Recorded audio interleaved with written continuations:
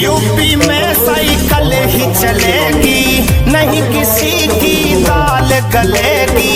समाजवाद को मिले बहुमत, अखिलेश यादव को जीत मिलेगी। यूपी में साइकिल ही चलेगी, नहीं किसी की दाल गलेगी। समाजवाद को मिले बहुमत, अखिलेश यादव को जीत मिलेगी। यूपी में साइकिल ही चलेगी।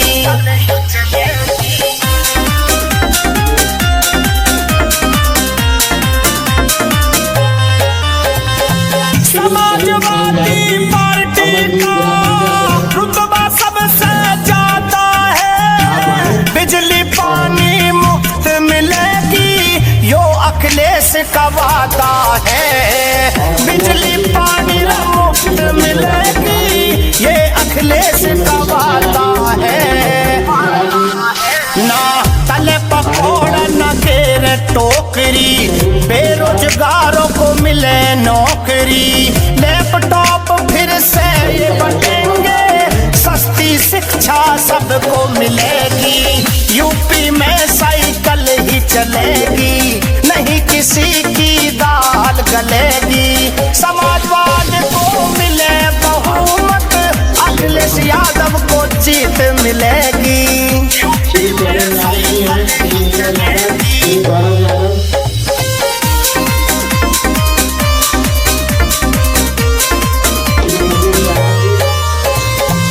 जन जन का है घना चहेता, अखिलेश यादव हमारा नेता।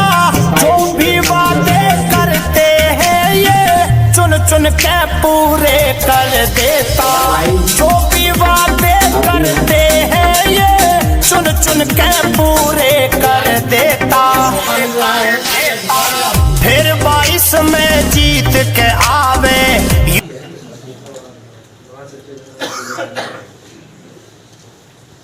समाजवादी पार्टी ने इतना बड़ा सम्मान दिया और आज सारे नेताओं के बगल में मुझे बैठाना, मैं एहसान को जीवन बनाने का काम नहीं कर सकता। साथियों, आज मैं इस बात को फिर कहना चाहता हूँ कि आज देश का भविष्य केवल समाजवादी पार्टी में है और आज आशावादी निगाहों से पूरा देश देख रहा है। आज उत्तर प्रदेश के हालात आज देख रहे हैं। देखिए कि उत्तर प्रदेश में गरीबी बिल्कुल चरम सीमा पर है, महिलाओं का सम्मान नहीं है, लेकिन प्रेस मीडिया वाले भाई बैठे हैं तो क्षमा चाहता हूँ, लेकिन पूरी तरह से हमारी बात को छापने काम नहीं करते। मैं आपसे एक बात जज जी मोहम्मद फराज जी, आपका वीरांगनाओं की नगरी में, झांसी नगरी में स्वागत है, अभिनंदन है, वंदन है। मंच पर उपस्थित दादा के रूप में जानने वाले आदरणीय एमएलसी साहब, वरिष्ठ, मैंने हाल ही में 10 मिनट में फोन लगा के 6 लोग अभी बुलाए जिन्हें खबर नहीं थी, लेकिन एक फोन पे उन्होंने आने का काम किया। ऐसा आप लोग भी फोन करके अगर हम लोग ताकत को बढ़ाएंगे तो निश्चित रूप से हम लोग अपनी बैठक को सफल बनाएंगे। बैठक में उपस्थित बड़ी, आप यदि बूथ पर अपने कार्यकर्ताओं को बना लेंगे, निश्चित रूप से हमारा प्रयास झांसिया जी होना चाहिए कि इस समय बहुजन समाज पार्टी टूटने की कगार पर है और हम अपने दलित भाइयों को यदि अपने साथ जोड़ने में सफल हो गए और उन्हें विश्वास दिलाने में सफल हो गए, यदि आपके ऊपर कोई भी आंच आएगी तो समाजवादी पार्टी का हर व्यक्ति आपके कंधा से कंधा लड़ाकर आपकी लड़ाई को लड़ेगा। तो हमारा प्रयास होना चाहिए कि हम टूटती हुई बहुजन समाज पार्टी के जो लोग हैं उन्हें अपने साथ जोड़ें, उन्हें उतना महत्व दें। मैं देख रहा हूं वर्तमान समय में भारतीय जनता पार्टी 15 प्रमुख बनाकर चलती है। निश्चित रूप से हमें भी उसका ईंट का जवाब यदि पत्थर से देना होगा तो हमें भी ज्यादा से ज्यादा तैयारी उन 15 प्रमुख से ज्यादा हमारे कार्यकर्ता बूथ पर होना चाहिए। वही जमाना चलता है। तो जो यूथ लोग हमारे संग यदि खुलकर आगे आए तो हम लोग निश्चित रूप से उत्तर प्रदेश की दशा बदल सकते हैं और ज्यादा से ज्यादा संख्या में हम लोकसभा में सीटों को जिताकर माननीय राष्ट्रीय अध्यक्ष को प्रधानमंत्री की कुर्सी पर काबिज करा सकते हैं। इसी के साथ क्या नाम है सर? मेरा नाम मोहम्मद फहद, समाजवादी यूथ सभा आज यहाँ झांसी में समाजवादी पार्टी की मासिक बैठक में मुख्य उपस्थिति के रूप में शामिल हुए। में आने वाले चुनाव 2024 में जो लोकसभा का चुनाव होने जा रहा है उसको लेकर के यहाँ रणनीति और संगठन को किस तरह से मजबूत किया जाए उसको लेकर के चर्चा हुई। और यहाँ हमारे साथ में पार्टी और ज़िले के सभी बड़े नेता शामिल हुए हैं और पार्टी के बूथ के कार्यकर्ता भी इस मीटिंग का हिस्सा बने और सभी लोगों ने ये आश्वासन भी दिया, भरोसा दिलाया है कि 2024 के चुनाव में झांसी लोकसभा क्षेत्र में समाजवादी पार्टी को जिता कर भेजेंगे।